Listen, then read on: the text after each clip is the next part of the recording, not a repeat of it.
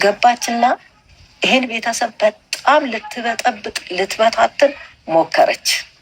ብዙ ይሄ መተት ኮተት የምትሉትን ነገር ሁሉ ሞከረች። እኛ መተት በእኛ ላይ አይሰራም።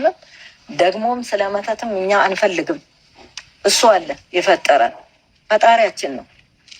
ሁሉን ነገር ለእኛ የሚያደርገው ሁሉን ነገር ልበቀል ካለ የሚበቀል አድርጌ ላሳይ ካለ አድርጎ የሚያሳይ እኛ ፈጣሪ አለን።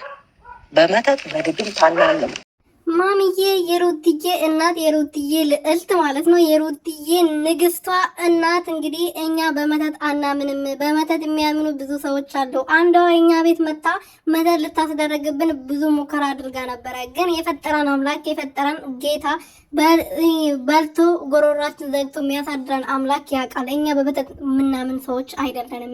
ብዙ ወሬ እየሰማው ነው፣ ብዙ ነገር እያየው ነው። መተት ምና ወገደ መሪ አትበሉብን።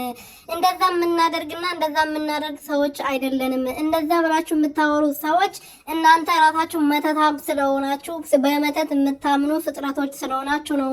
እኛ የፈጠረን አምላክ ላይ የፈጠረን ጌታ እያለ እኛ በመተት የምናምን ፍጥረቶች አይደለንም። ግን ብታወሩ ባታወሩ እኔ አይሞቀኝ አይበርደኝ፣ ልክ እንደ ልጄ ነኝ።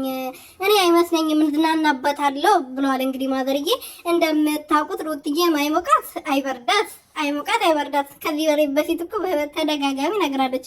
እንግዲህ እናት አይቶ ነው ልጅ እናት ካገባ ከቀር እናቷን አይተ ልጇን አግባት ይባላል አይደለ?